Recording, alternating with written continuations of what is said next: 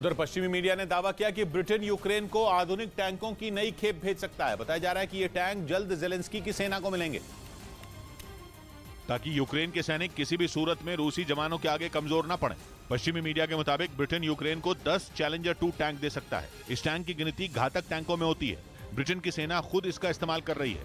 अगर ये tank Zelensky की सेना को मिलते हैं तो ये उसके लिए किसी कवच से कम नहीं होंगे, क्योंकि चैलेंजर 2 टैंक को T-72 टैंक से भी दमदार माना जाता है। वजन में भारी भरकम ये टैंक जंग के मैदान में न सिर्फ तेजी से दुश्मन पर कहर बरपा सकते हैं, बल्कि उसके हमलों से खुद को बचाने की भी ताकत रखते हैं।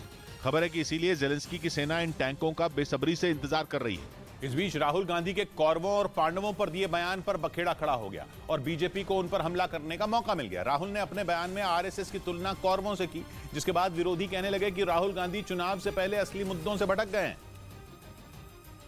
और विरोधियों ने कहा कि वो उस पिच पर खेलने की कोशिश कर रहे हैं जिस पर उन्हें खेलना नहीं आता, जिसका बीजेपी ने बैठे बिठाए फायदा उठा लिया, क्योंकि पहले उन्होंने विवादास्पद बयान देकर पुजारियों को नाराज किया और अब उन्होंने आरएसएस की तुलना कौरवों से कर दी। 21वीं सदी के कौरव हाफ पैंट, खाकी हाफ पैंट पहनते हैं, हाथ में लाठी लिए होते हैं और शाखा लगाते हैं, जिसके बाद बीजेपी भड़क गई। आधुनिक युग के दुशासन यही है, बल्कि दुशासन ही क्यों, दुर्योधन भी यही है।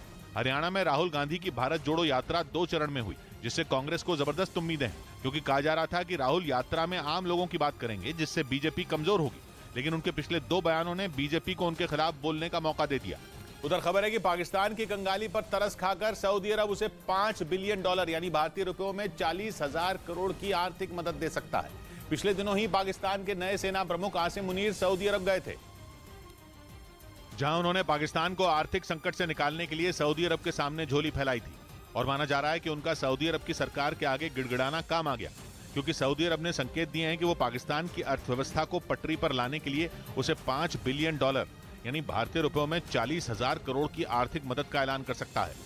एक रिपोर्ट के मुताबिक क्राउन प्रिंस और मुल्क के प्रधानमंत्री मोहम्मद बिन सलमान ने पाकिस्तान में सऊदी अरब के निवेश को $10 बिलियन यानी 80,000 करोड़ तक बढ़ाने के भी निर्देश दिए हैं। मतलब ये कि एक बार फिर सऊदी अरब की सरकार डूबते पाकिस्तान को बचाने के लिए आगे आई। चीन की तरह ही सऊदी अरब भी पाकिस्तान का एक ऐसा दोस्त है जिसने कई बार संकट के समय उसकी मदद की है।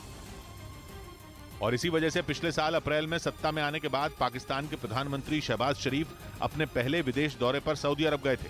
उनका मकसद सऊदी अरब की सरकार से आर्थिक मदद लेना था। हालांकि वहां उन्हें पूर्व प्रधानमंत्री इमरान खान के समर्थकों की ओर से बेइज्जती का सामना करना पड़ा था। उनके बाद पाकिस्तान के पूर्व सेना प्रमुख जनरल कमर जावेद बाजवा ने भी आर्थिक मदद मांगने के लिए सऊदी अरब का दौरा किया था। और अब नवंबर में पाकिस्तान सेना की कमान संभालने वाले जनरल आसिम मुनीर भी पिछले हफ्ते सऊदी अरब के आगे हाथ फैलाने पहुंचे थे।